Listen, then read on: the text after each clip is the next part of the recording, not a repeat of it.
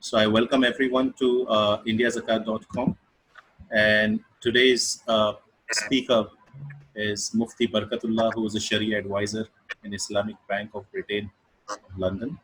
And we also have with us Mr. Arshad Mirza, who will be opening this live session, and he will be talking about India Zakat, giving a brief introduction about indiazakat.com. So welcome everyone on board, and I please request Mr. Arshad Mirza to take it from here. Yeah, thank you. Assalamu alaikum, everyone. This is Arshad Mirza. Uh, so I hope you have seen the agenda of the session, where I'm going to cover first 7 to 8 minutes about indiazakat.com, and then we will hand it over to Mufti Barkatulla Sahab. He will walk us through the more important aspect of zakat. So inshallah, stay tuned. You will have a lot of learning from this session today. And so I'll just move to the India Zakat.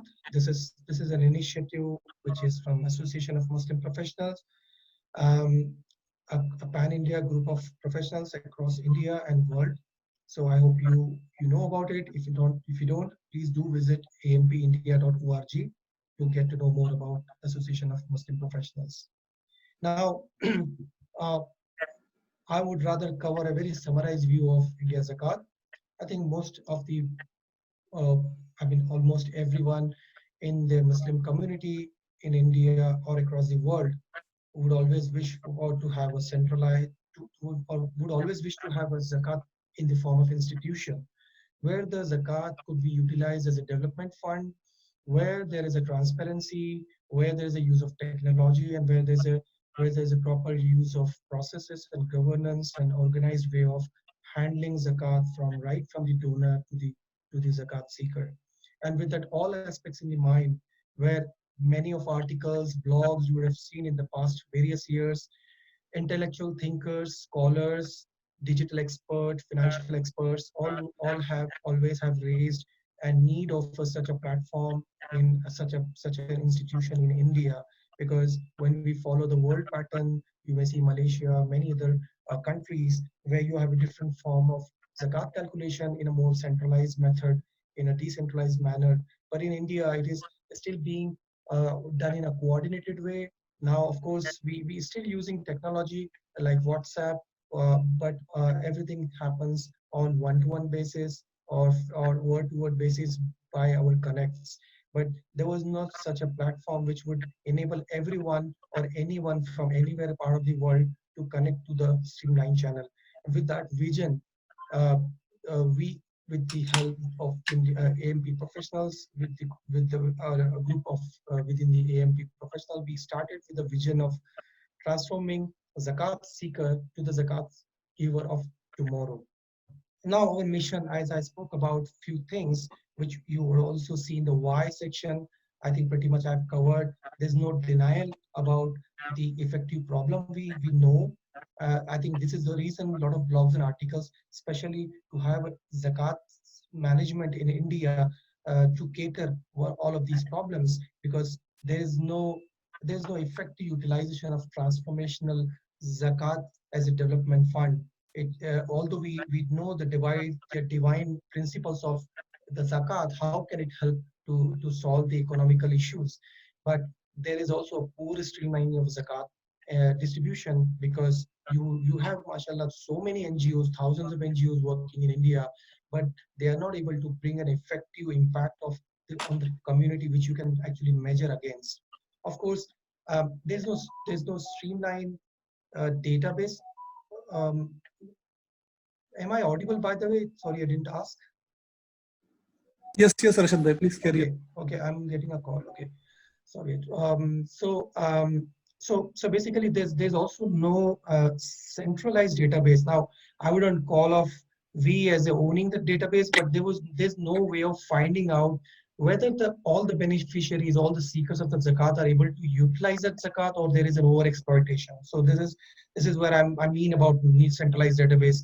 Of course, a larger part which we lack today of inaccessibility of online users, because world is changing on your fingertip. You can You can do business, you can call taxi, you can call ambulance, but you are there is always kind of a lack of online platform which is spread across India. Of course, many NGOs have opened their own portal, but there's no streamlined channel which cater all end to end. So this was always been a missing part, and this is where we started India Zakat a month ago, and now on the day of on the eve of Ramadan in India on 24th of April, we launched this platform. We have very clearly three main missions. One is to have a streamlined channel for national level zakat distribution. Now, when I say streamline, means we want to be enabler. We don't want to disrupt what exists in India, because coordinated way of zakat handling is the best way, considering the culture and community and the geographical limitation and the literacy in India. But then, of course, we want to bring those like-minded NGOs, like-minded individuals in front of donors to gain more trust, to get more impact of the causes they are raising money for. Now, of course, when this is one of the main reason we wanted to bring in a streamlined channel. Secondly, we wanted to bring a really secure, trusted, and transparent platform to govern the whole system. Now, in today's time, we see a lot of transparency in the form of team sitting, admin team sitting, and making book of accounts in physical form. But that's not enough. For the online donors, we want to have a more transparency. This is why a donor should be able to see who is donating, who he or she is donating to. An NGO is able to see where is he getting the donation from. So everything is pan across, but then it is in a localized form. So if I am coming from Pune, I'm able to donate to the causes within Pune without having the hassles to go through mediators or friends or connects or relatives. So this is where the transparency comes from. And of course, trusted, secure, and user-friendly comes from the technological front, which gives you more user experience while having this platform in your hand on a mobile or on your computer. And and of course, the third thing, very very very important, is that we want to measure the impact, because uh, by the time you build such an ecosystem where all the entities, I may move on to the slide which will give you what I'm talking about, the mission. So when you bring in all entities, the beneficiaries, the professionals, the who are raising the funds, causes on the right, on the left side, and of course the donor community, when everyone come together in this whole ecosystem and governed by a experienced team who is a zakat council, who is the end-to-end executor, equipped with more people with the financial background, people with the experience of finance, and basically all of the technologies and domain experts. And on top of the Zakat Council, governed by an eminent group of us, the advisory board, who are the key most scholar, who are making sure the Sharia requirements, the technological requirement, the governing requirements are being taken care. So when you bring in all these entity into one place, actually you really see the potential of zakat.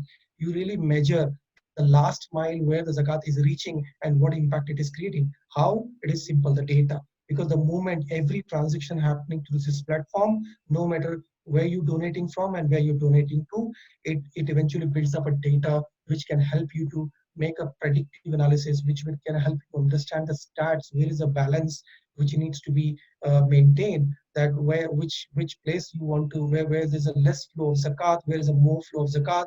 Of course, it reduces the intermediary cost. So with all that respect, I come back to my previous slide, and this is the reason it effectively bring the whole main purpose of zakat, which is defining the divine principle, but also in today's practical scenario, it has the only one way to solve the problem, and that is the collective way.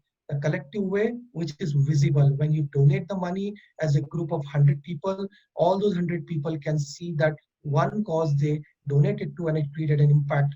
It happens today, but it does not happen throughout the India. And plus, the donors who are abroad and outside India have less visibility to causes they are donating for years and years. Of course, they rely on the NGOs, but they do not have a direct access to what they are donating to. So this is all along why we have mission here. basically to bring in front of you. I think I covered the why part, which I mean, we don't need to go to the problem, everyone is aware of.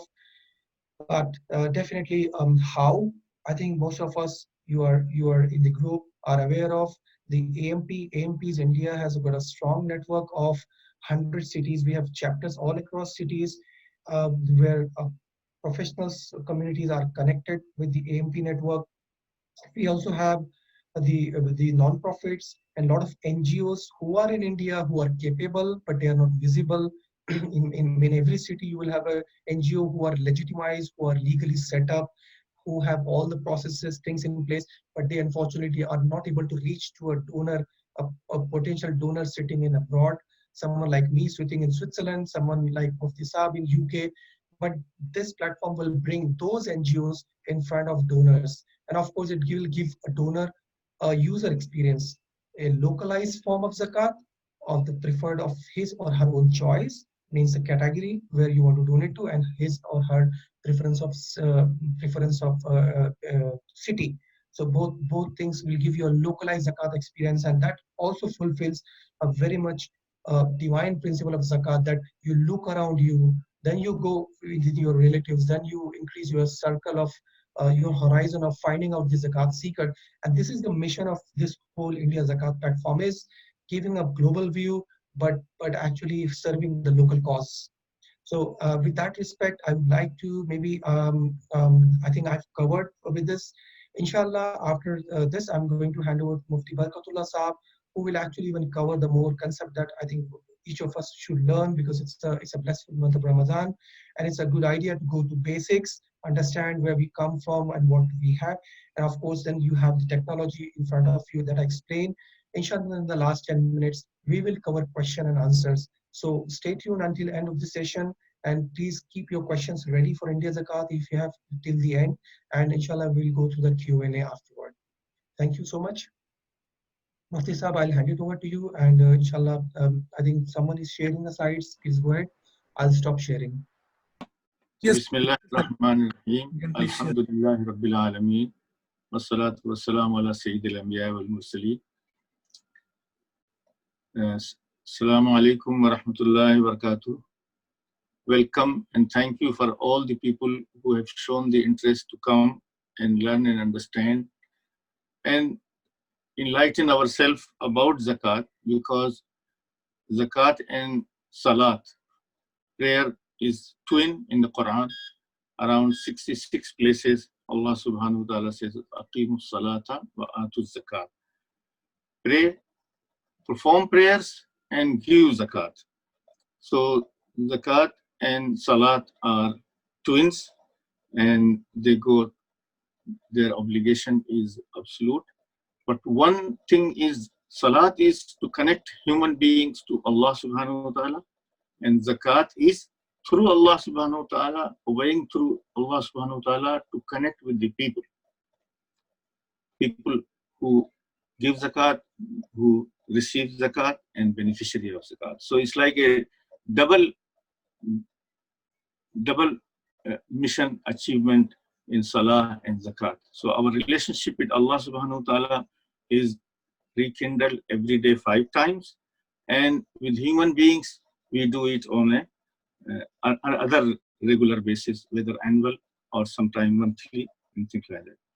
So I have like PowerPoint presentation with full explicit details of what it is zakat and how and who and when. All the questions which can be asked about zakat is there in the PowerPoint presentation, and I'll start sharing it.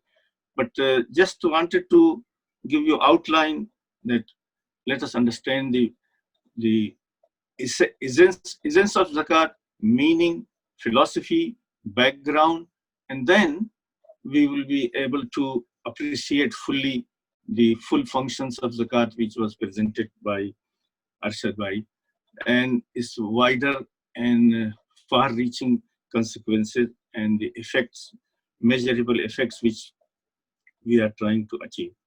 So first of all, Allah subhanahu wa ta'ala says in the Quran, خُذْ مِنْ أَمْوَالِهِمْ صَدَقَةً تُطَهِّرُهُمْ بِهَا وَتُزَكِّيهِمْ بِهَا.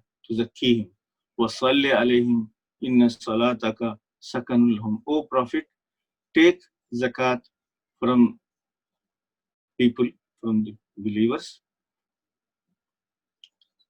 And the purpose of zakat is mentioned in two words: to tahiruhum biha, to zakihim. Twofold. One is to purify their earnings and purify and give tazkiyah. Tazkiyah means spiritual purification. So physical purification of assets and earnings, and spiritual purification of hearts by dispelling the miserliness and holding nature of human beings. So two mission has been mentioned for the purpose of zakat is tathir and tazkiyah. So this is the background and philosophy. And then Allah subhanahu wa ta'ala is instructing Rasulullah sallallahu alaihi wasallam that when people bring zakat, they pay zakat, they discharge their duty of zakat, then you make dua for them, because your dua and your appreciation of them discharging their duty towards Allah and towards humanity is the prayer and dua for them is source of solace for them. Yeah. So فَإِنَّ صَلَاتَكَ سَكَنٌ لَهُمْ. And so we should be very thankful to those who really discharge this duty, because this duty is fard, is discharging zakat has so much spiral effect on individual, on family, society, and world globe, that even today the whole world and whole charitable world appreciate that in Islamic, basic principle, zakat is there as a prominent. So out of 5 pillars and basic duties of a Muslim, a believer, zakat is very prominent, and it has so many dimensions of it. So even non-Muslims and other charitable sector philanthropists, they can understand the extent and usefulness of zakat. So let's start, because like we learn how to pray by imitating others first when we are child, and then learning about all the necessities, farais and wajibat, learning all the recitals. The action part of salat is learned by looking at others, but the recital has to be learned. So in zakat also we need to understand, convince ourselves, and then learn it, how, who, when, and whom, all different dimensions of questions, and then discharge it. And before I start indulging into the screen share, I will try to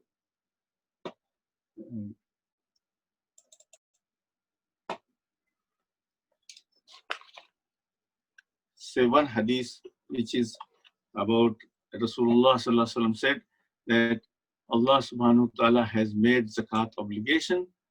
So when you are discharging zakat, give it high for وَإِذَا أَدَّيْتُمْ أَدُّوهَا طَيِّبَةً بِهَا نَفْسَكُمْ. That when you discharge zakat, give it with the full content heart. Don't regard zakat as a tax, as a obligation which is overburdening our budgets and other things. So there should be some degree of devotional giving.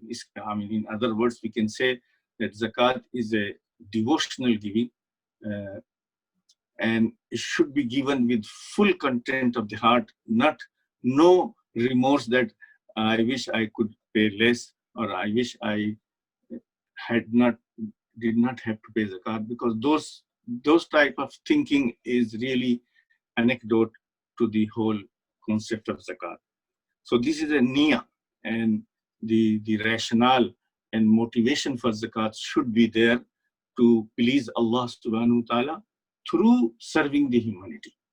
So that another hadith of Rasulullah sallallahu alaihi wasallam goes, khairun nasi anfa'uhum lin-nas. The best of people are those who are beneficial to the humanity, to other people. And other wording in the Quran, it says, وَأَحْسِنْ كَمَا أَحْسَنَ اللَّهُ إِلَيْكَ. Do good to others as Allah has been good towards you by giving you life, facilitating you, making you successful in your career, something like that. So these are the basic background and etiquettes of zakat. Imam Ghazali rahmanullah in his Ihya Ulumuddin has really indulged into very deep philosophical and other rationale and etiquettes of zakat, entitled Asraru Zakat, mean inner dimensions of zakat. So the people who are interested in philosophical aspect of zakat, they should consult, and this article is available on the internet from in reference to Ghazali's translation of Ihya Ulumuddin, the revival of religious knowledge. So let us get on with the nitty-gritty of zakat. Who is liable to pay zakat? Who is obliged to pay zakat? And then and how to calculate it, and whom to give it, and what feelings should be there. So we will start with the word zakat. Zakat is zakwan, mean purification. The word zakat means purification. So purification can be physical and can be spiritual. So it purifies the rest of the world. Prophet ﷺ said that innaha tuhratun li amwalikum. It's a source of purification for your wealth. This is in hadith books.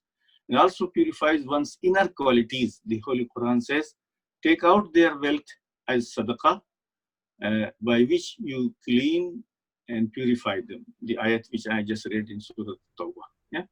So these are the two meanings. And one of the mission statement of Prophet ﷺ was, yuzakkihim.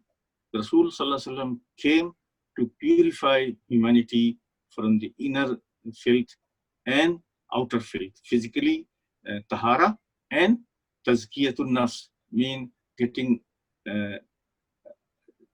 decorating ourselves with nice,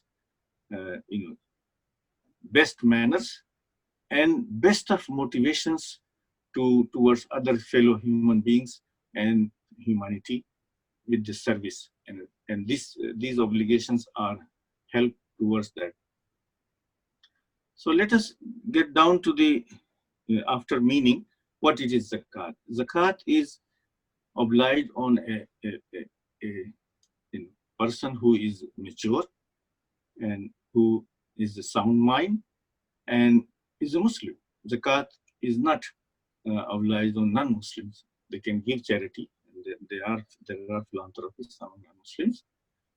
And the last, which is more important to us, one should be owner of nisab. Nisab is a threshold, the minimum which one has to have as a saving, which in today's, how it is calculated also. So if you are below the threshold, you are not obliged to pay zakat. So we'll understand in today's international price level, how much the threshold of obligation of zakat.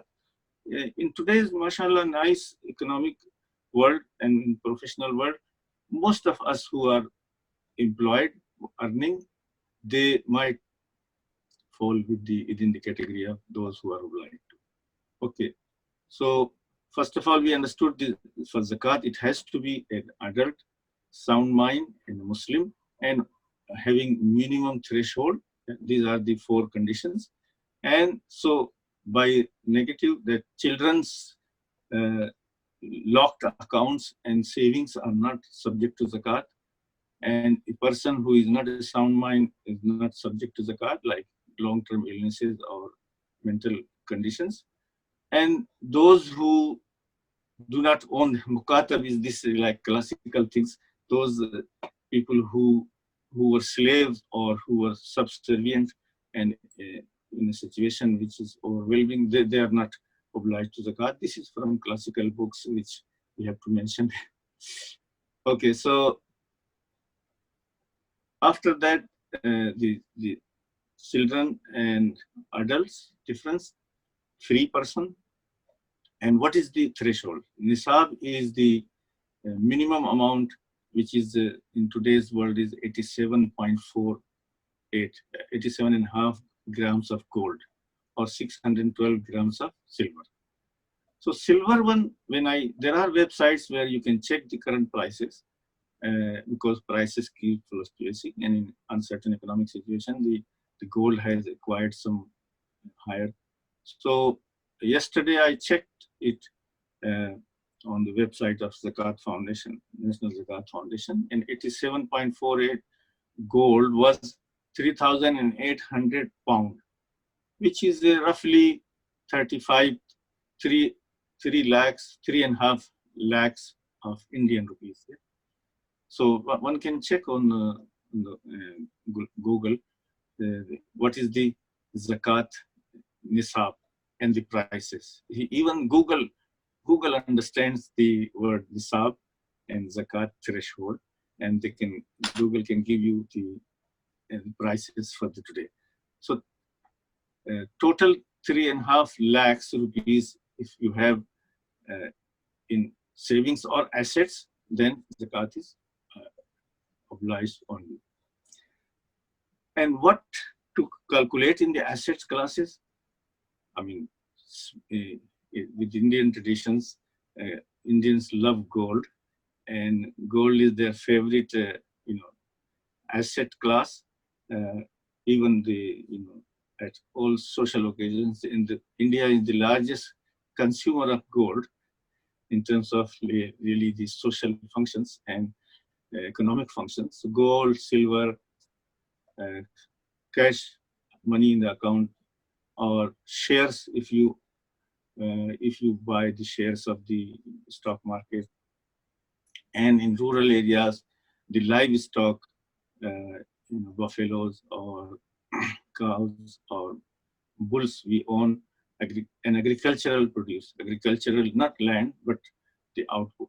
So these are the asset classes which will be put together to come to a 3.5 lakhs rupees minimum. So if all your assets, savings, and gold and silver comes to that, then your obligation of zakat is starting. It starts. But when to do, you don't have to immediately, as soon as you acquire 3.5 lakhs rupees, you don't have to pay immediately. But suppose if a young person gets employment, and after like 1 year or some, he or she accumulates these assets, then from that time, 1 year passes, then the zakat is obliged, and it's coming inshallah with the full details inshallah.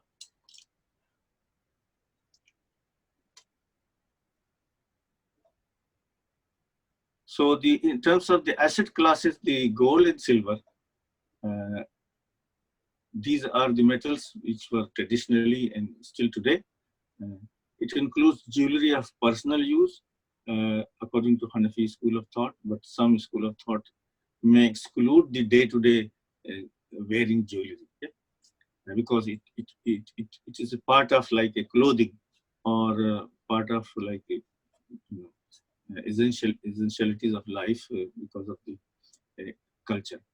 Other precious metals do not fall in this category, like even I shouldn't mention here, but it is very famously known that like platinum and and diamond and things like that, these do not come under these zakatable assets. So these cash and cash equivalent, this is what we all handle, and most of the time we keep money comes as a income, and we keep it as a cushion for some time. So the currency, whatever purpose in which, whether it is a home or a bag or in the pillow or in somewhere, this should all be put together. For example, it can have the following forms: home cash and halal cash in the bank account. So interest income or interest money is not subject of zakat, but it is to be given totally. So there's no purification of interest income by giving its zakat. So like if somebody acquires illegitimate income, and try to give zakat and try to think that it is pure. It is not a case. Yeah? So, and about interest money in India, there has been 100-year argument, and now we all know that interest money should be put in charity, total. Even the cash and savings deposited for Hajj and marriage and educational purposes, as long as it is held uh, in reserve, they are for part of the zakat calculation and zakat budgeting.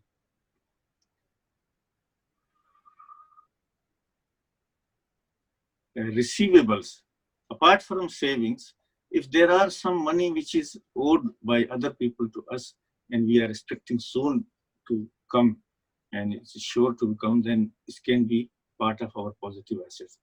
And so apart from the cash and cash equivalents and receivables, then there are some certificates like mutual fund shares, bonds, and investment certificates, or what all sorts of different classes of shares which represent a claim on the money and money equivalent value. Even nowadays, there are gold exchange, so you can buy gold and just hold a paper certificate, and the gold is there stored for you.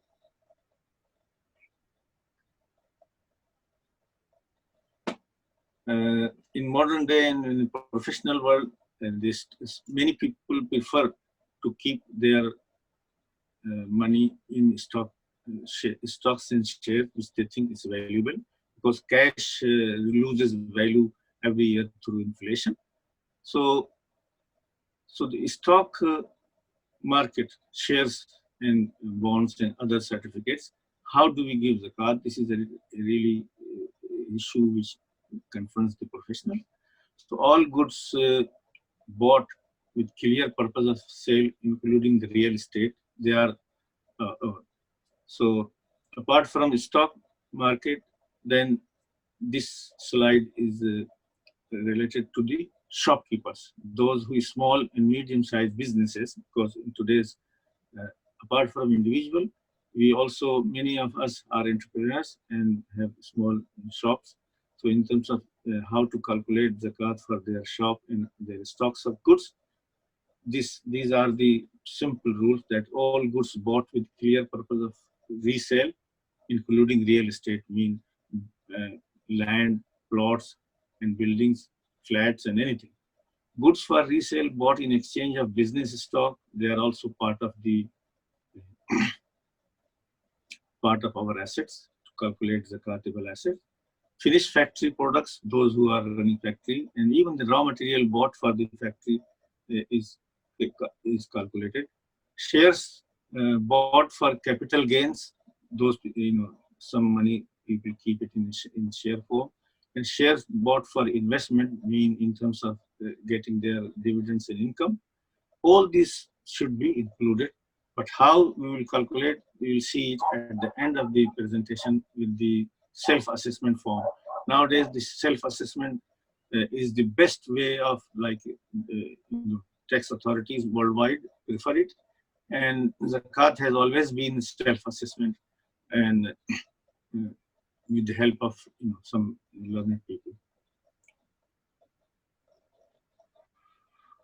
So after knowing what assets and what savings and what goods are part of zakatable assets, then it is good to know what assets are not subject to zakat, because what to exclude, what not to exclude. Many business people, small, medium enterprise, they have this issue of like coming to a net asset value of all their goods. So all goods other than gold and silver, cash, which are not bought for resale, are exempt from zakat. Like home furniture, car, utilized car, although it's very expensive and very valuable, but and your own house where we live, it may be worth crore, but there is no zakat. No zakat is payable on personal belonging, household, residential homes, vehicles, machines, like computer for professional work will be exempt. the real estate purchased for giving on rental is uh, real estate purchase for giving on rental is not subject to zakat. Means the real estate value is not subject to zakat, but the rent receivable is zakatable as cash. Yeah? So if you own a second house worth crores, but you have put it on a rental, like people in Mumbai and very other metropolitan places, the zakat will be on income. So we have covered so far what is the meaning of zakat, what is the what are the threshold, nisab, and what asset classes we can include and what asset classes are excluded from the. Now, after understanding the eligibility and as zakatable asset criteria, then we come to that when, after we have calculated that have we have more than 3.5 lakhs of approximately, then when to give zakat. So from the first time one owns 3.5 lakhs rupees equivalent, then from that time after passing one lunar year. So a person first owns the nisab as explained above and deduction of his liabilities from his assets, not reduce his zakatable asset from the minimum. If nisab is there, then his valuation date for the purpose of zakat starts. After that, elapse of 1 year from this date, zakat is payable if he still owns the nisab.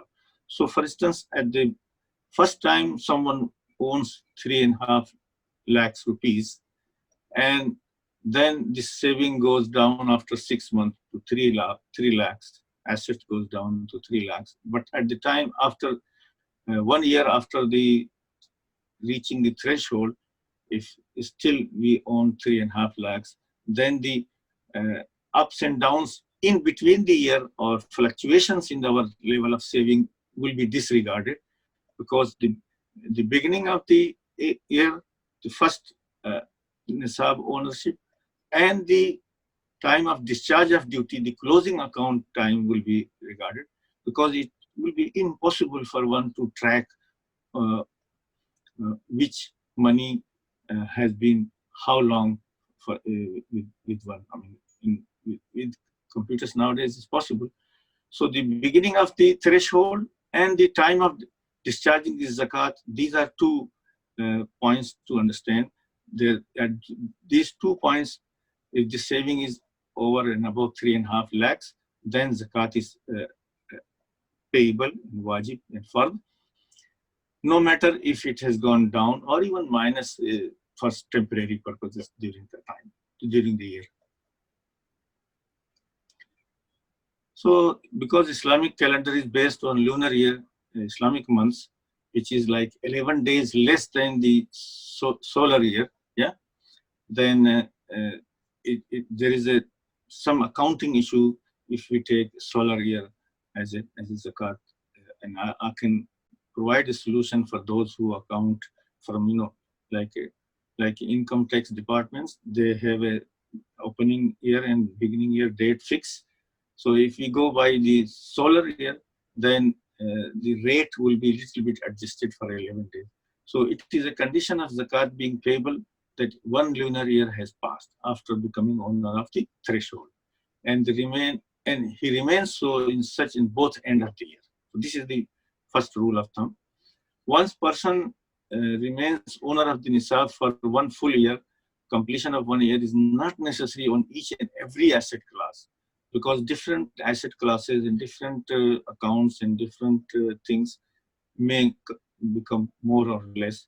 But one must pay zakat on the balance one owns at his valuation date, the zakat. Like most Muslims, they, for the ease of calculation, they make Ramzan as a cutoff point for zakat calculation.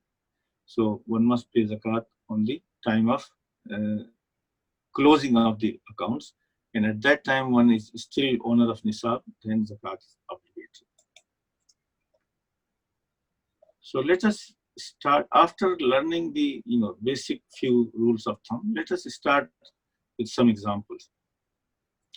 Although the Muslims are used to with the Ramadan example, which is also a very convenient way of calculating, but it could be other dates like 10th of Rabiul Awwal, for instance. A person owns 20,000 pounds, which is like 18 lakhs rupees of free liabilities.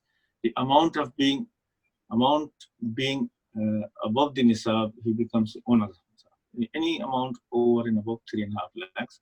Throughout the year, this amount increases or decreases, but never becomes zero. Yeah. So on the 9th of Rabiul Awwal next year, he owns the zakatable assets worth 50,000. So the asset become very highly valuable at the end of the year, including 20,000 received on the 8th of Rabiul Awwal, i.e. the only one day earlier.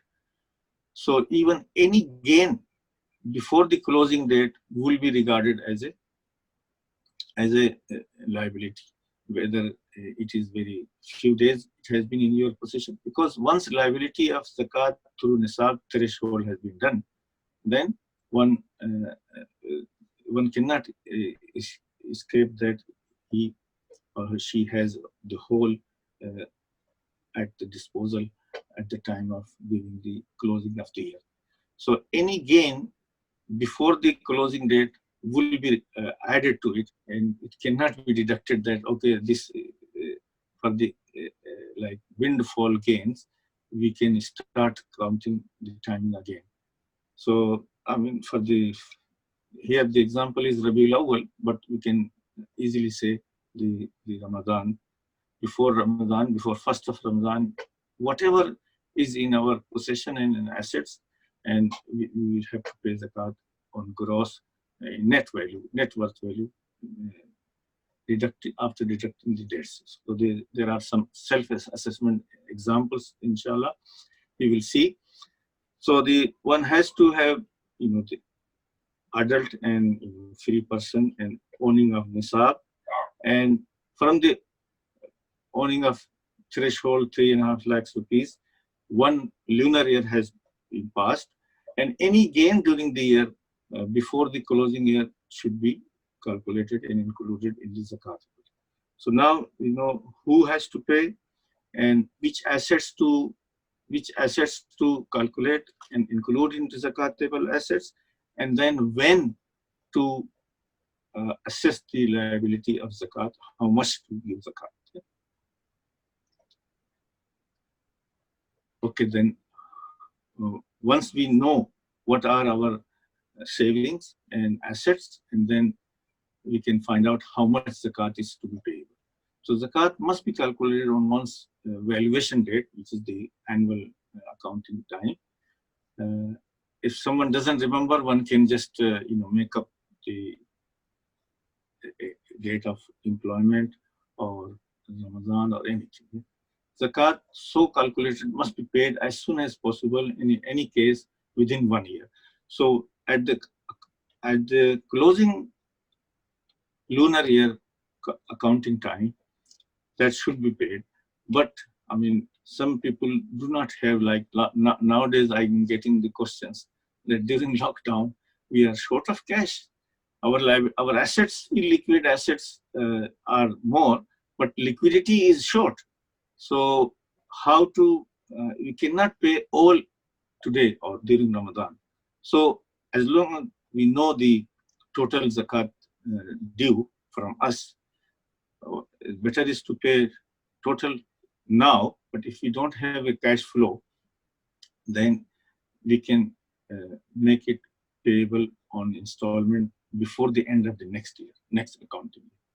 It is not necessary to pay zakat in Ramadan, but of course, whoever makes whatever the cutoff point should be like this.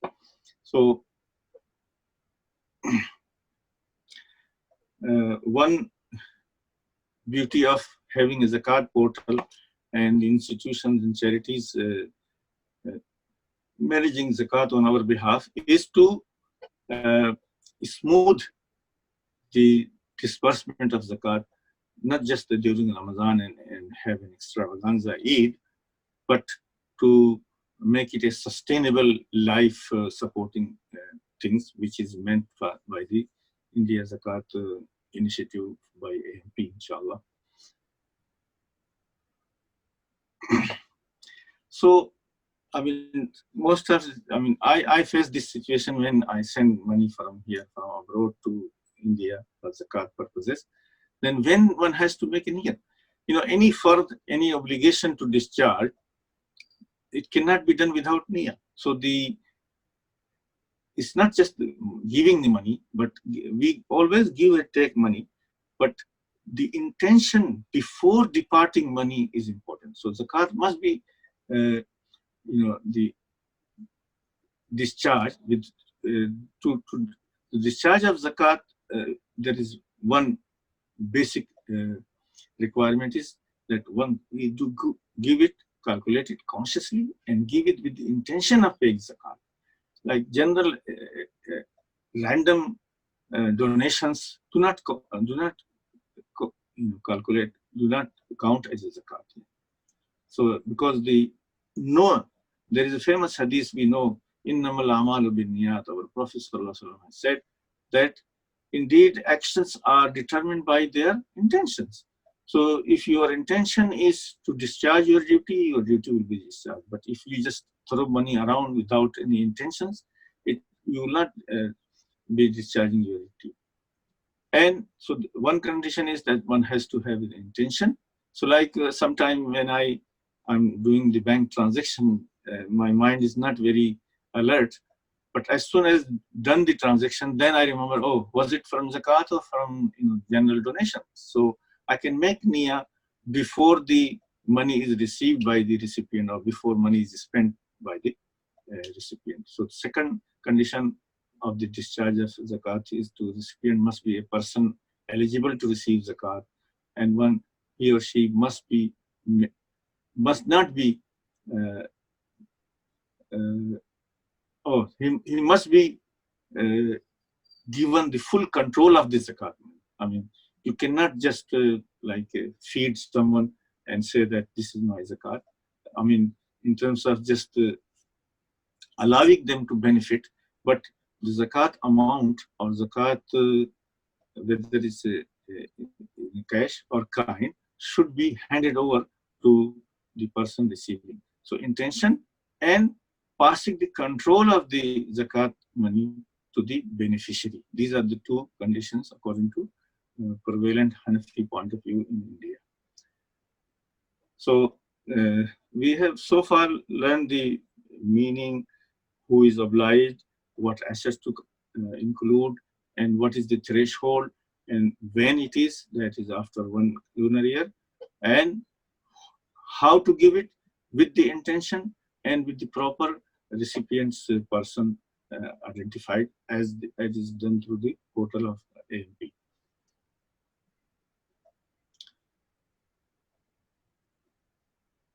So there are other side questions, inshallah we will deal with that, like running a clinic or some beneficial things, how we can manage it through zakat is a challenge in the charity sector. So as we have learned that one has to pay zakat at the closing of the year, like in many liabilities, when it becomes due, it becomes due. But one can do it slowly over the next whole year. So one can pay, the obligation is to pay immediately and full amount, or separate it from your own account. So put it in a zakat account and disperse it all over the year. So during this lockdown, this question came that lockdown started and the stress situation became apparent just 1 month before Ramadan. And people were waiting for Ramadan to discharge their zakat duties. So it was very rightly promoted that people can pay zakat in advance. So they can start dispersing before 1 month before Ramadan also, and people did. So zakat can be actually becomes payable, dischargeable at the yearly time, the closing of year time, but it can be given early and it can be given next year, in installments. So this is the essence of this that it can be paid early, it can be paid on time, it can be paid on after the due date, slowly to the beneficiary for the benefit of the society. The last, the second paragraph on this slide says that if you knowingly or unknowingly paid to a person who was not zakat recipient, like by mistake or by misunderstanding, but you made all your due diligence, after making all your due diligence, if it discovered later that the recipient was not right type of recipient, then still the zakat duty is discharged, because we are required to act on our best understanding and best guess and best assessment which a human being can do. So like this happened during time of the Prophet ﷺ, when some people mistakenly gave zakat in the darkness or in the misunderstanding to non-recipients. But then Rasulullah ﷺ declared that if you made your own due diligence and you thought it was deserving person and discovered later on it's not deserving, then still your zakat stays discharged.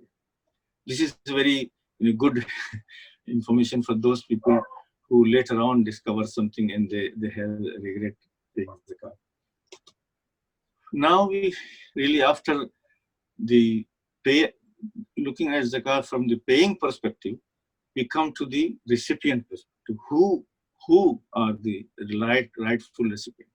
So let us see that in Quran, Suratul Tawbah, ayat number 60, this is explained. And Rasulullah ﷺ said, look, zakat is a matter such or divinely ordained that even the Prophet was not given the discretion to give zakat to anybody he wishes. So zakat recipients and disbursement avenues are very, very clearly said in the Quran. إنما الصدقات للفقراء والمساكين والعاملين عليها والمؤلفة قلوبهم في الرقاب والغارمين وفي سبيل الله. So Allah says that alms, zakat, are only for the poor, the destitute, those who collect them, those whose heart to be reconciled, for mukatab slaves who are in slavery, debtors, those who are in debt, and the of Allah, and the traveler, stranded traveler. An obligation from Allah, faridatan min Allah, wallahu alimun hakim. So this is a fard. Zakat is made fard from all-knowing Allah and all-wise to have unlimited benefits of zakat. So here is the list of really the zakat recipients. And the recipients, although they look like 8 categories, but they are, if we group them, it is like a poverty relief and economic empowerment. Some of the beneficiary group, and some of the beneficiary group is the community development, and one of the beneficiary group is the cost of collecting and administrating the zakat, which is like a legitimate cost of managing the zakat. So according to the Quran, which is fixed avenues of zakat are 8. Poor, the one who has the minimum, like day laborer, wage laborer, who have no asset, no house or nothing. And the destitute, so the second one, the destitute is the one who has nothing, the laborer, and poor is the person who has least of things, like minimum standard of living, like poverty. Poverty line. I should not be using the UN terminology, because their poverty line is something different. So those who are like enjoying a minimum standard of living, and the destitute are those who are really even the below poverty line, who are just day laborer. So third is zakat collector, mean the administration of zakat, which is like nowadays the portals and charities.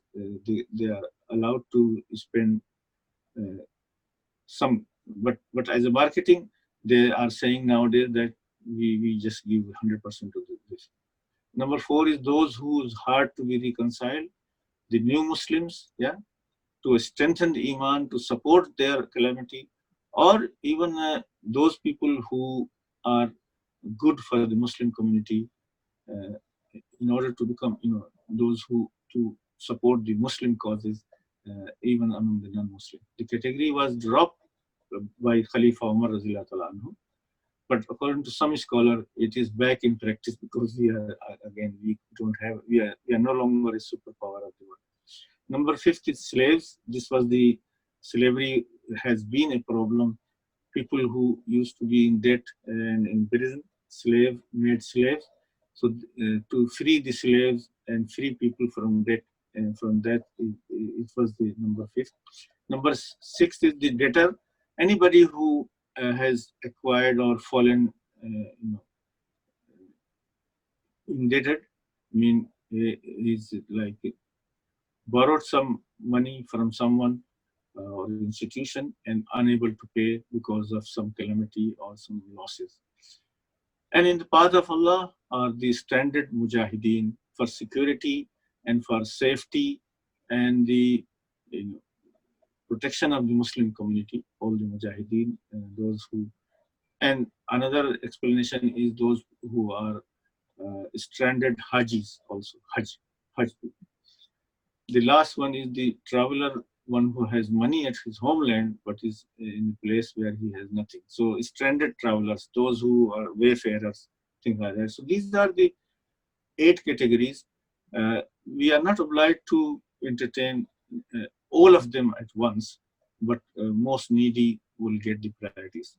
This is according to Hanafi opinion, but according to Shafi'i opinion, in other countries, they, it has to be equally distributed among all the eight categories. So this is the list of the recipients, inshallah, who may not be, to whom zakat may not be paid. Zakat may not be paid to the following categories: is the non-Muslim, because for non-Muslim beneficiaries and poor people, there are other avenues, sadaqat and lillah and other charitable giving. Non-Muslims, and a mosque for to be built is not allowed to put the money for the mosque building. A normal slave, I mean, this is the classical, the rich person cannot be recipients of zakat, and their close family members like father, grandfather, children, grandchildren, and one's wife and husband relationship, yeah, and slave and master relationship, zakat cannot be given to each other, yeah. Banu Hashim, the Sayyid people, Sayyid people cannot be recipients of zakat. And this is like honor of the Prophet sallallahu alaihi wasallam.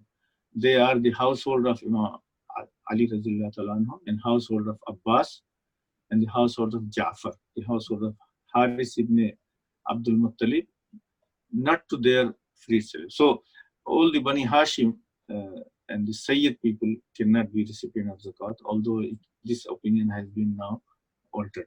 So this is good to know that who are not in the category to be given zakat. So like the immediate family and like non-Muslims and those who are well off, they cannot receive zakat.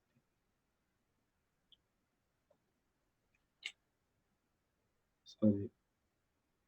Whom zakat is not to be paid to. And then eligibility to receive zakat. So yeah, this repeat of the previous slide.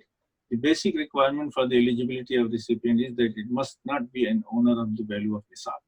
The recipient should not be paid, because those who are obliged to pay themselves zakat, they cannot be recipient themselves. Yeah, otherwise it will be like a circle. Yeah. So those people who have enough spare money, then they should not be really asking for zakat. And if they are asking, pretending to be poor, this is their problem. And of course, Hashimi and immediate family cannot be recipients of zakat. All other relatives may receive zakat, like including brothers, sisters, uncle, aunts, and rather it is preferred to give zakat to the extended family, cousins and things like that. And it is not necessary to tell the recipient that amount given to him is zakat. It may be given as a gift. This is to save some people's sense of honor. So zakat, but in our environment, by saying that this is zakat, we limit the really the recipients of zakat. And but some relatives and some sensitive people do not take zakat even if they are eligible. So this is their honor things. So Islamic requirement is not to tell them that this is zakat. You should know that you are paying zakat, and you should have assessed that person receiving is zakat deserving. Now the last issue is the debt. The debt are really very tricky things.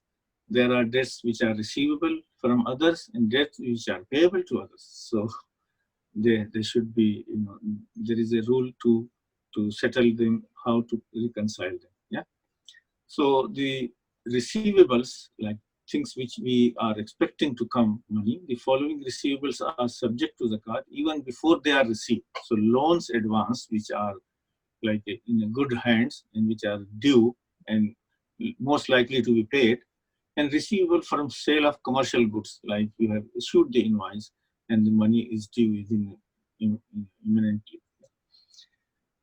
And it is not, though, permissible that zakat is paid after they are received, although it is permissible to pay after you have received zakat and received the receivables, but zakat is obliged whatever is receivable, because they are among your assets. Yeah?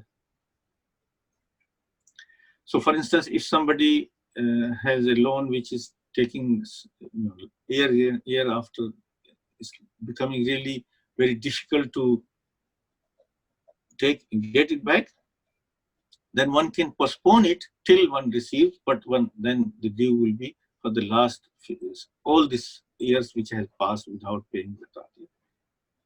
Although it's permissible that zakat is paid after they receive, but then the whole past period should be calculated for the receivable. Okay, now the following receivables are not subject to zakat unless they are actually received. Yeah? Price of one's personal belonging, the sales, wages and fees, remunerations of services, until they are received, they are not subject to zakat. And mahar of the woman, sometime, in some cultures there are 40 tola, like huge amount of gold is committed at time of marriage but never paid. So the dower entitled by a wife, if it can be assets of wife. Share of inheritance, these are also zakatable assets here. So these are receivables, but one is allowed to pay zakat after they are received, not before they are received. But other loans, which are normal business loan or business advancement, and loans which are due immediately or in short time, they should be calculated. Nowadays, in modern professional world, the pension and other funds are an issue that we have to make regular saving for the pension and provident fund. There are different wordings across the globe used. So there are like some delicate issues with the pension pot. So because it is a regular saving and it is saving, but sometime in some regulation which is under your control, or sometimes it's not beyond your control, it's under the state control. So once these receivables are actually received by the person who already owned the nisab, this amount will be added to one's cash or cash equivalent. And zakat will be payable on the balance remaining with him on his valuation date. So like here in UK, after certain age, 55, 65, one can cash in the pension pot. So that becomes like under your control. Then zakat becomes obligatory when you receive it. Yeah. But in some other jurisdiction, the pensions are constantly under the control of the saving person, the person whose pension is, then the zakat issue is different. So one should really properly inquire about mentioning specific characteristics of certain qualities. So pension is like a saving, but not in your control. So as a general principle, all payable debts may be deducted from zakatable assets. So anything we owe to others, which are immediate or which is due, has become due, this can be deducted. So if we have like lakhs of savings, but we also owe some money to pay, like EMIs and other things, then we can deduct those EMIs from our outgoing as a payable debts. Yeah. So that is really a very delicate issue. So one should really be very careful when doing self-assessment. So let us have a list of the deductible debts which can be offset against the assets of zakatable. Price of goods purchased, yeah, which is in value. Rent of properties that has become due, yeah. Utility bills for the units already utilized, yeah, like already not estimated bill but actual bills. Salaries or wages due or overdue on valuation date. These debts can be included to be deducted from the zakatable asset. Dower of one's wife that he intends to pay within 1 year, although most of the dower amount is never discharged because it keeps hanging all over the year, and neither wives nor anybody demands the payment of it. And personal loans which are due within 1 year, all the EMIs should be deducted from the assets. Commercial loans are some other issues. If these loans are used to acquire zakatable assets like raw material and finished goods for the trade, these loans are deductible. But if the loans are used for acquiring non-zakatable assets like machinery or vehicle or expand the building as furniture, these loans are not deductible. This is based on the ruling of Imam Malik. That is because this becomes like a fixture and fitting among the assets. So they are not loaned because they become assets. Zakat cannot be offset against the taxes. Yeah, this question is very tricky. Many people do ask that the taxes we pay to the government of our governments, can we just calculate it as this is a part of zakat? No, tax are really due on some other facilities which government provide. Taxes paid before the valuation date of the zakat are included in the expenses during that year. So taxes can be deducted from the zakatable assets, but taxes itself cannot be, because it is by the government and it goes to various people which may not fit the zakat criteria. Taxes unpaid on the valuation date should not be deducted from zakatable assets. Like tax due in 6 months' time cannot be deducted from the current year.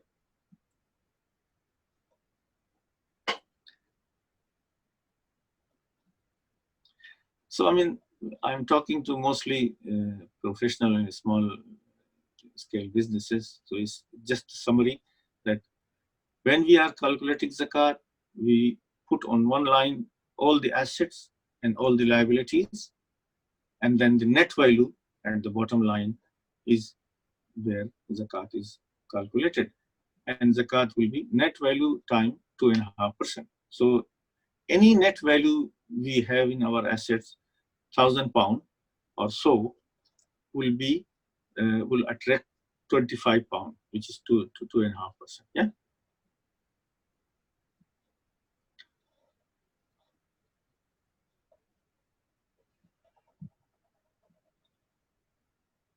Sorry.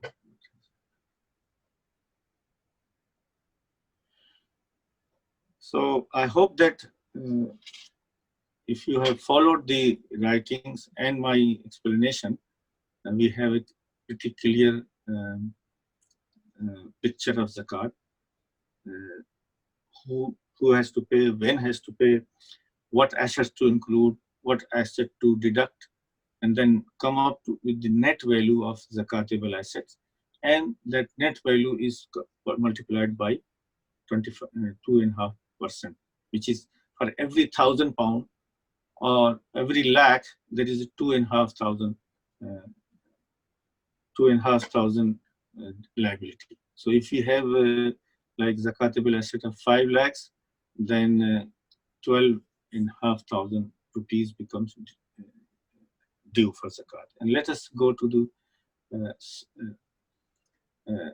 zakat example of self-assessment, because now this is the popular way. And on the internet, you will find various spreadsheets to help us to do the self-assessment. Yeah? So an example is that one has a anniversary date is 20th Muharram, just any date, or 20th of Ramzan. Account of finances as follows. So personal car, personal gold and jewelry, house, yeah, and owns half of another property, sharing another property, or participating business in stocks and partnership. Cash in hand business account is total like 15K. MB commercial property investment, no, mutual investment, and we have lent some money and we are owed some money. Yeah. So this is a typical mixed scenario of a person's assessment, and if we see it in a table format, this becomes very, very clear that personal car is not calculated, gold is accounted, main residence house is not included in assets. Investment property depend whether it is for rent or for the resale. And stock in businesses is zakatable. Cash, zakatable. Investment bonds depend for what purpose it is kept. Yeah. Shares depend. So bond and shares, if it is kept for the dividends, then zakat is liable on dividends, not the value. But if it is for reselling, then it is on the total amount. Money owed by person is zakatable. Pension, it depends, as I said, there are ifs and buts. Money owed to supplier is deductible from zakat. Yeah? Debt on furniture, not deductible from zakat, because it's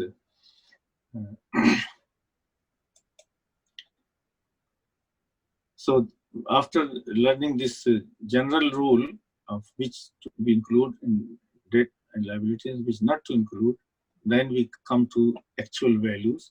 And the bottom line, the green line, is net. Once we know the plus and minuses, so minuses is only money owed to supplier. Yeah. So 5,000 will be deducted from all the positive values, and then net amount of zakatable amount will come, and then zakat will be at a rate of 2.5%. So this is based on the lunar year. But if we are calculating on solar year, like Gregorian calendar, then this rate becomes 2.6. Yeah, 2.6. Then it will be like 1 year and 11 days. 1.1. So I hope that this is just illustration purposes. The amounts are all fictitious.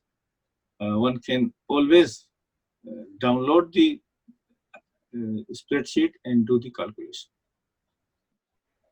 Okay, so I think I have come to end of our presentation, which is a formal presentation, and I took really 1 hour. And I hope that it was clear. But if there is any ambiguity, inshallah, I'll be able to clarify in question answer. So thank you so much, Mufti. We've got a few questions already raised in Q&A. I will start addressing those questions, and we'll see, inshallah, as many as we can cover, and as we're already out of time. So the first question is raised by Muhammad Aqib Khan.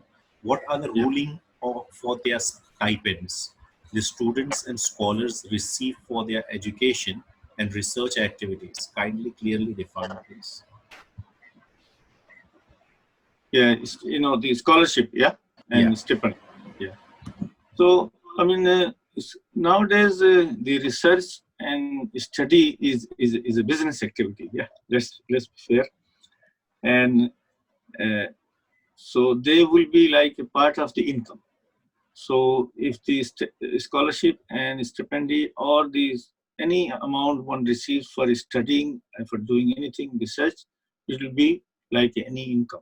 So out of the any income of whatever is left over after deploying the funds to our work, whatever is the savings, that will be subject of zakat, not the income. Income is not a subject of zakat. Only the leftover after outgoing is subject of zakat. Okay, thank you. I have a question raised by Bilal Ahmed Shah. We have 1 million Indian rupees in cash saved for construction of mosque. Does Yeah. this cash also comes under zakat? No. Simple answer is no, because the money does not belong to individual. It belongs to waqf, mean and legal entity, the masjid. Masjid is waqf, mean is a devotional institution for the sake of Allah. There is no individual owner or beneficiary. So any money which is not in belongs to an individual or a legal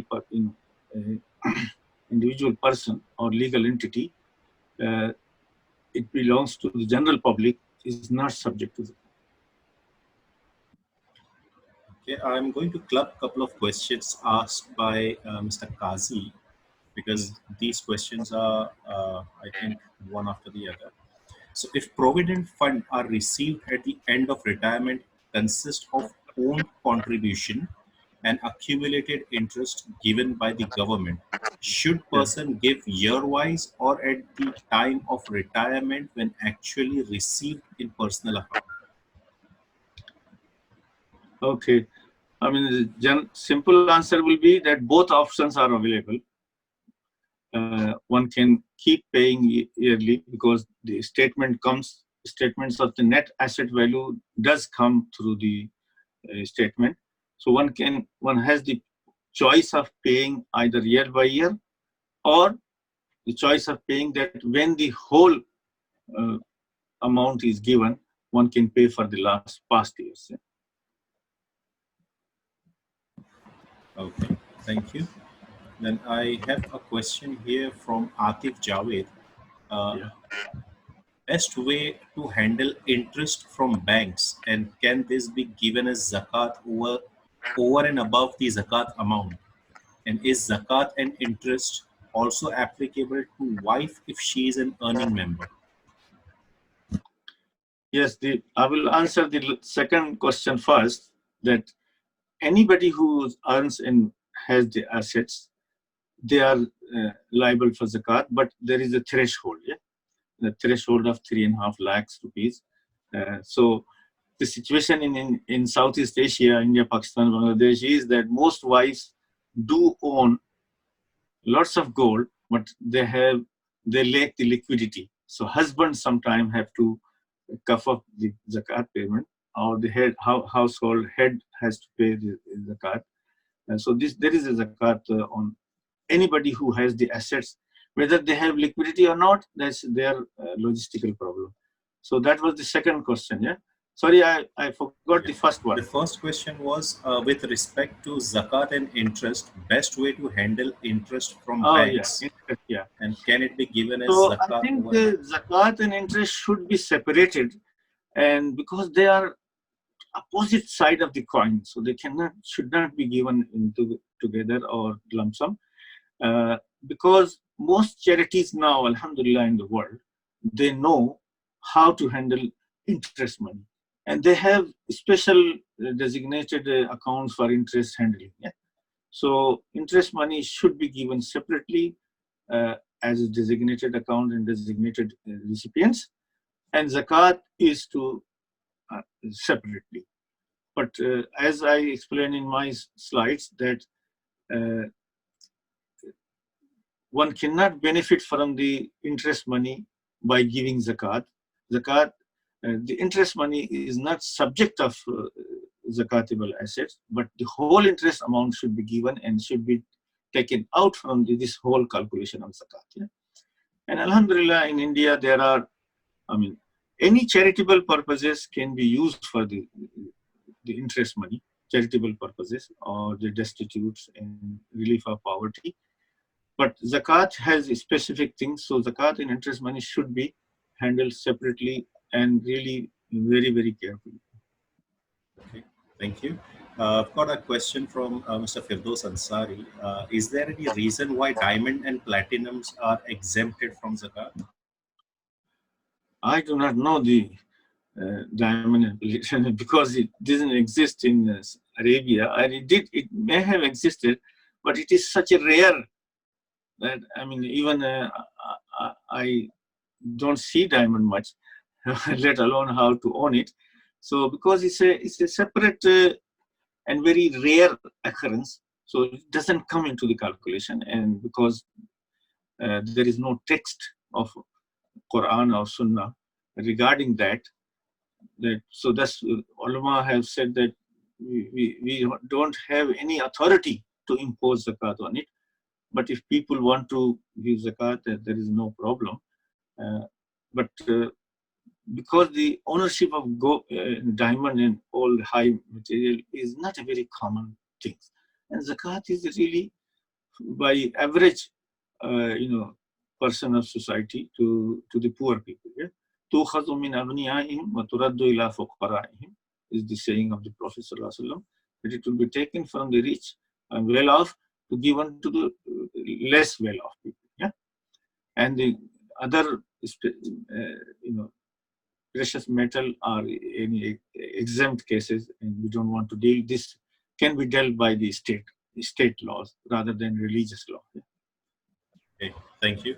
I've got a question from Faizan Thakur. If a person has bought a farm and he is earning from it by farming, and purpose of it is to resell in future, so zakat should be given of income or only property? Yeah, this is a complex query. First of all, the 2.5% zakat liability becomes double and quadruple on farm produce. It's called ushr, not zakat. So the farm produce has a separate rules.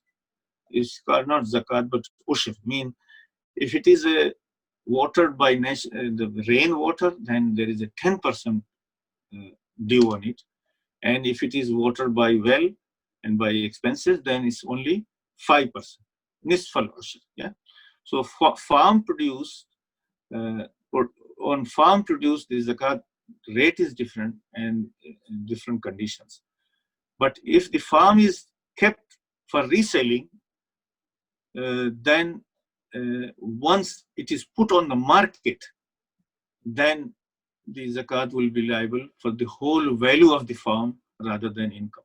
So as long as it is being cultivated and the produce is obtained from it and it's not being actively marketed, then zakat, ushr in 10 or 5% produce liability is there. But as soon as it is actively marketed, then zakat becomes due on the value of the farm. Okay, thank you. I've got a question from Dr. Abdul Razak.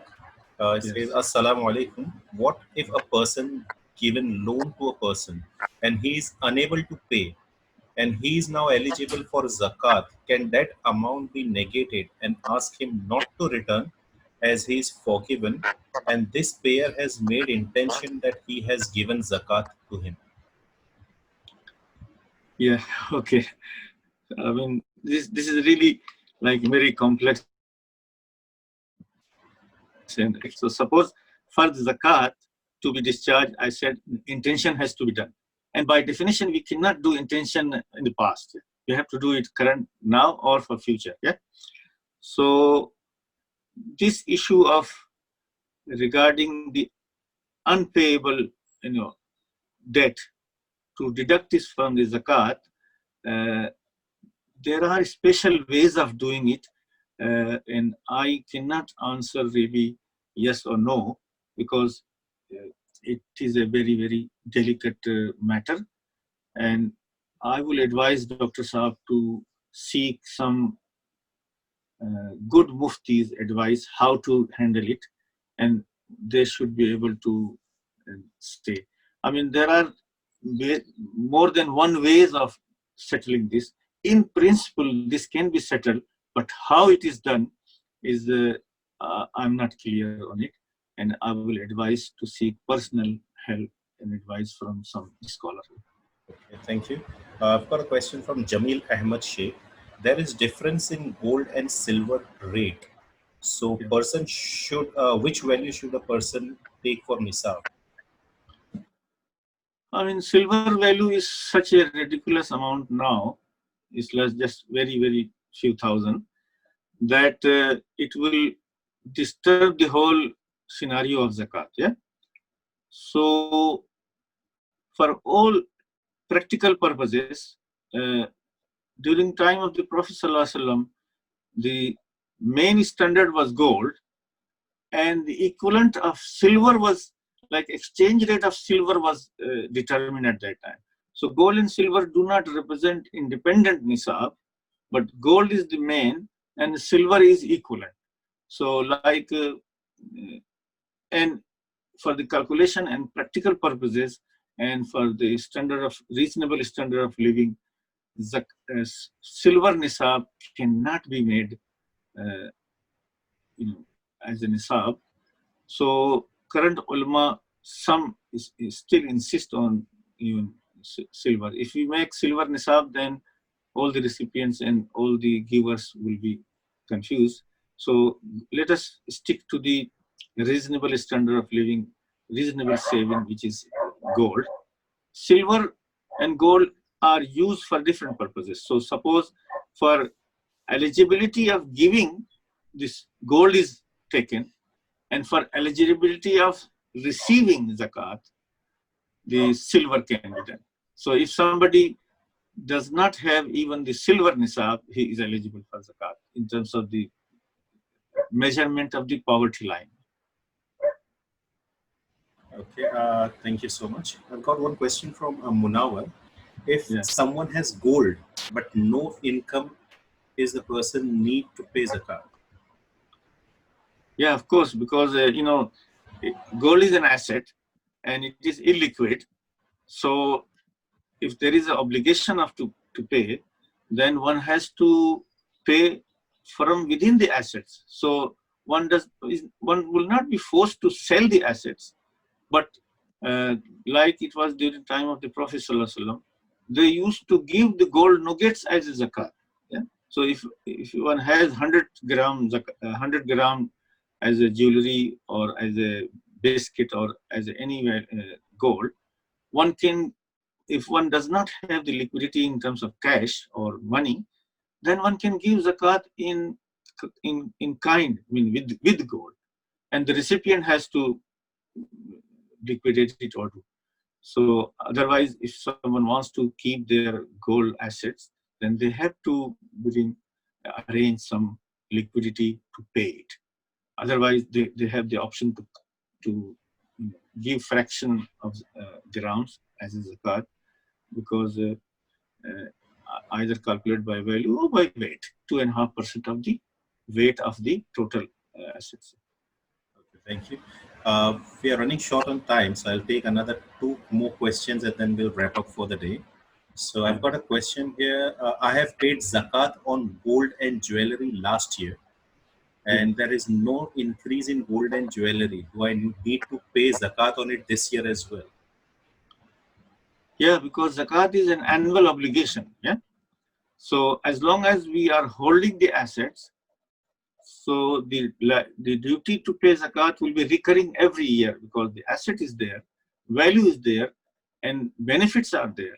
So if we are benefiting from the assets value from bounty of Allah subhanahu wa ta'ala, we better pay zakat as a thankful to Allah, thankful for all the support, thankful for all the benefits of assets. Yeah? So it is annual. It's not once in a lifetime. I thought it is clear that zakat is an annual obligation. Like prayer is a daily obligation, Zakat is an annual obligation.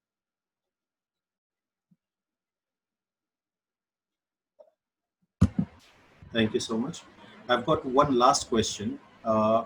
Can a loan given to a relative be adjusted as zakat as he is unable to repay back and is also financially not good? And he qualify as a receiver of zakat? Sorry, can you repeat the question? Can a loan given to a relative be adjusted as zakat as he is unable to repay back and he is financially not good as he qualifies as a receiver of zakat? Yes, yeah. What is it? I mean, this is very good question, really. That if we know that someone is in a need and distress, and you can give as in the saying that this is a loan to you, uh, but have an intention, because zakat needs intention.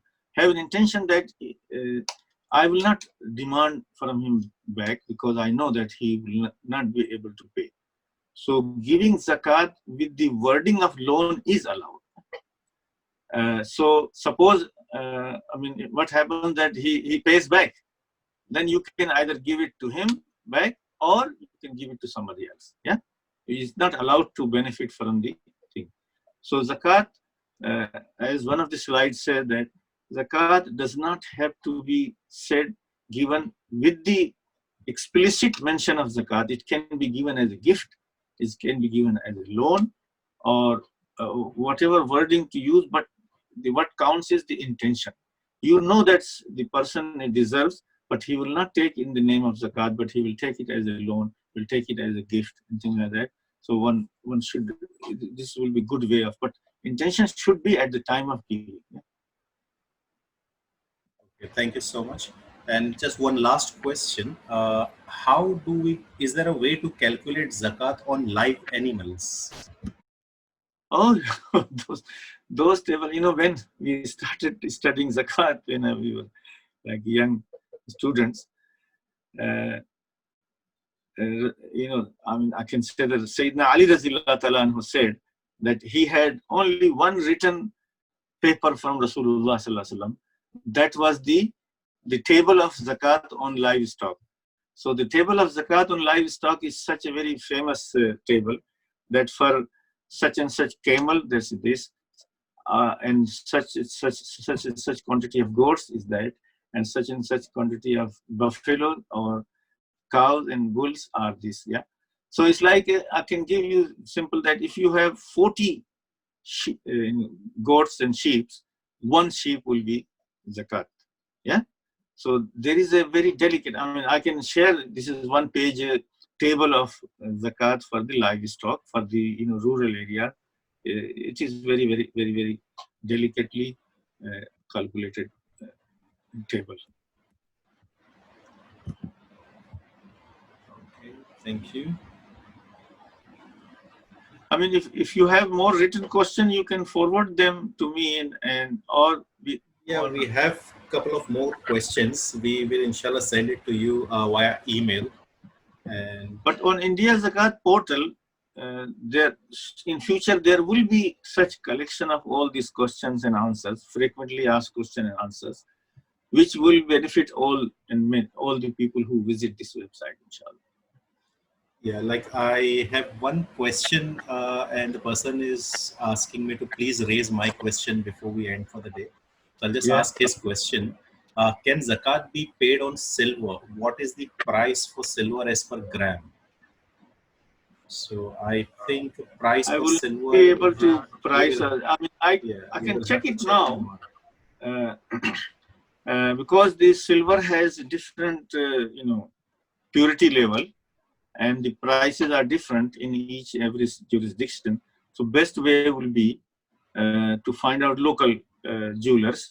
I mean, once I visited a non-Muslim jeweler in Delhi, and and he said, "Why you are asking these silver prices?" I said, "I want to understand some zakat." He said, "Yes, I know that there is a very delicate and elaborate mechanism of calculating zakat on silver. So, like the on National Zakat Foundation's website, there is a what I remember yesterday, I checked that zakat nisab for the silver is around 250 pound or 300 pound, which is like 20,000 or 22 or 23,000 rupees. Yeah.